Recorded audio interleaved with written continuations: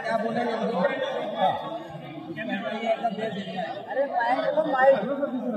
नहीं भैया मैं बता दूं ना। देखिए नहीं सर आप ऐसे, अरे चुप हो जाओ भाई। बिहार में क्या होने जा रहा है? बिहार के बारे में बताइए। बिहार में कल निर्माण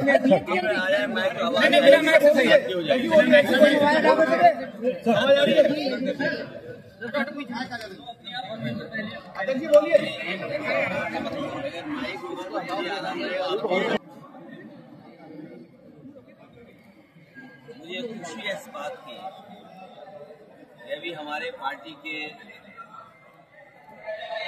नेता उनके परिवार में शादी में शामिल होने का मुझे मौका मिला।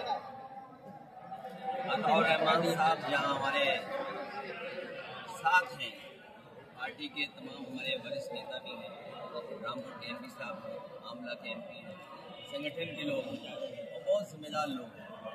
शादी के बहाने बहुत से लोगों से मिलने का मौका मिल जाता है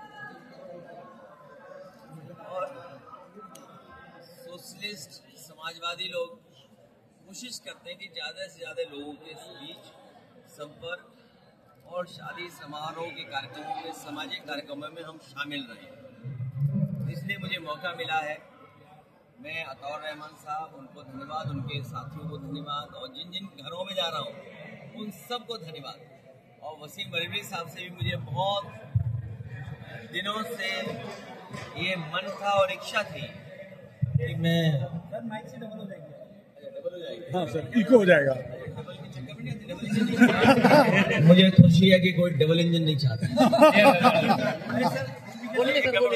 इसे हटा दीजिए, आवाज खींच लो, इको करेगा, इसे हटा दीजिए जी। बहुत दिनों से इच्छा थी कि वसीम बरेलवी साहब के भी घर में हो। बीच में वो तकलीफ परेशानी में थे, मैं उनसे दिल्ली भी मिलने गया था, जहाँ न केवल बरेली बल्कि वसीम बरेलवी साहब का दुनिया में एक अपनी पहचान है, अपना नाम है, उनका जो हुनर है वो अपने तरह का है। इस बहाने जहाँ SIR हो रही है, वहीं आपके माध्यम से मैं अपील करना चाहता हूँ सभी अपने कार्यकर्ता नेताओं से कि SIR को बहुत सावधानी से, बहुत सिंसियरली होकर, बहुत जो जानकारी मांगी गई है, जो जानकारी देनी है हमारे वर्कर्स को और आम लोगों से भी मैं अपील करता हूँ कि उनका वोट ना छूट पाए। हालांकि ये जो एक्सरसाइज है, ये जिम्मेदारी चुनाव आयोग की है कि कोई भी वोट जो वोटर है वो वोटर लिस्ट में शामिल रहे और उस वोटर लिस्ट से उसका नाम न कटे। लेकिन इधर हम लोग देखते हैं कि चुनाव आयोग अपना काम छोड़कर पॉलिटिकल लोगों को कैसे परेशान करें, पॉलिटिकल पार्टीज को कैसे परेशान करें, उस दिशा में काम करते हैं।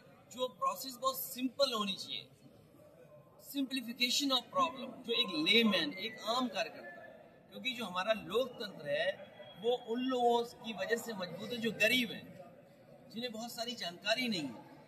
हम तो बहुत से ऐसे लोगों को भी जानते हैं कि जो बहुत बुद्धिजीवी हैं, पढ़े लिखे हैं, अगर वोट डालने जाएं तो कभी कभी राष्ट्रपति के वोट में भी गड़बड़ हो जाता है, राज्यसभा के वोट में भी गड़बड़ हो जाता है। इसलिए जब SIR हो रही है, पूरा रिवीजन वोटर लिस्ट के होने जा रहा है, तो बहुत सिंसियरली हम करें इसको, बहुत सावधानी से करें और एक भी वोट छूटे नहीं। हमें इससे डरना नहीं है, डटे रहना है, जिससे हम अपनी वोटर लिस्ट को ठीक कर सकें। हमें उम्मीद है कि चुनाव आयोग समय समय पर चीजें कैसे सुधरे और बहुत सिंपल कैसे हो, वो बीजेपी का आयोग न बन जाए। क्योंकि जहां बरेली के लोगों से मैं बात कर रहा हूं, बगल का चुनाव आपने देखा होगा, और जहां चुनाव हो रहे थे दो, एक रामपुर और एक आपका मुरादाबाद का बाई इलेक्शन, जो एरियल डिस्टेंस हम देखेंगे लखनऊ से और चुनाव आयोग से, क्या बहुत दूर नहीं है। चुनाव आयोग कितना होगा एरियल डिस्टेंस, 100-150 किलोमीटर। लेकिन क्या देखा हम लोगों ने, लाखों लाख लोगों को वोट नहीं डालने दिया, एक तो वोट नहीं, लाखों लाख लोगों को वोट नहीं डालने दिया। और उससे पहले एक्सरसाइज जो की थी रामपुर में कि पुलिस लगा दी जाए, आप वोट डालने नहीं जा सकते, वो तस्वीरें हैं, वो वीडियो हैं।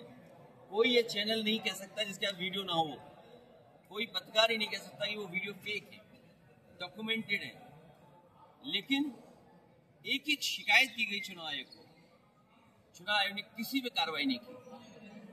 इसी तरह जब चुनाव हुआ वहां पर उदरकी में, एक कौन प्रिसाइडिंग ऑफिसर बनेगा, कौन बूथ पर जाएगा, कौन पुलिस रहेगी, कौन एसओ रहेगा, किसको कहाँ ड्यूटी मिलेगी, कितने प्राइवेट ड्रेस में वोट डालने जाएंगे, कहाँ रेड मार्क लगेगा, तो ये जो व्यवस्था की थी चुनाव आयोग को कहते रहे, लेकिन चुनाव आयोग ने कोई परवाह नहीं की, कोई कार्रवाई नहीं की।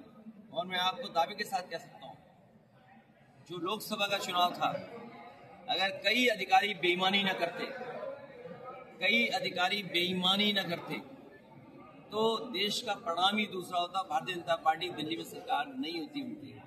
दूसरा, सुना है यहाँ पर जिलाधिकारी आए हैं, किस जिले से आए हैं? अम्बेडकर नगर से आए हैं। कटहरी में ये भारतीय जनता पार्टी के जिलाध्यक्ष बन के काम कर रहे हैं। तो जब अधिकारी बीजेपी के बन जाए, आयोग जिनसे काम लेना चाहे वो बीजेपी के हो जाए, तो सोचो लोकतंत्र कितना मजबूत हो।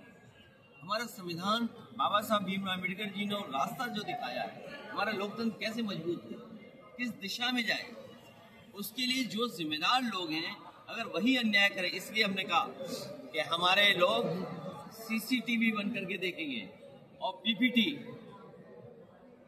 पीडीएफ प्रहरी बन करके नजर रखेंगे, और हमारे किसी भी कार्यकर्ता का वोट न छूटे।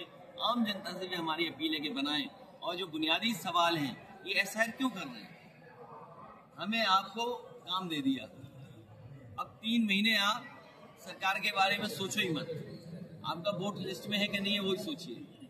और महंगाई कहाँ पहुंच गई, बेरोजगारी कहाँ है, किसान की आय दोगुनी कहाँ हो रही है, और जो सरकार ने वादे किए थे वो पूरे कितने हुए? आज जब बरेली इतना बड़ा शहर हो गया है, ट्रैफिक की जाम की समस्या का समाधान क्या किया? सॉलिड वेस्ट मैनेजमेंट का समाधान क्या किया? बिजली कितनी महंगी हो गई? अगर कोई इलीगल बिल्डिंग है तो नियम नहीं काम करता है, ये किस पार्टी का नेता है, किस पार्टी से सदस्य है, ये काम करता है। इसलिए समाजवादी पार्टी नया विजन, न्यू इंडिया, उसको लेकर आगे बढ़ रही है। नई पीढ़ी के लोग, नई उम्र के लोग, नए लोग इस देश को कैसे और आगे बढ़ाएं, उस दिशा में काम करें। समाजवादी पार्टी भविष्य में बरेली के लिए अपना मैनिफेस्टो बनाएंगे। मान लीजिए यहाँ स्पोर्ट्स फैसिलिटी कैसे दें, लखनऊ में या और अन्य जगह पर बहुत बेटर फैसिलिटीज दी, उसका परिणाम ये हुआ कि आपका स्पोर्ट्स के प्रति लोगों का प्लस टीम्स को बहुत मौका मिला।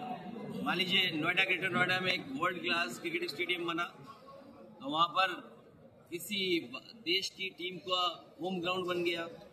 लखनऊ एकाना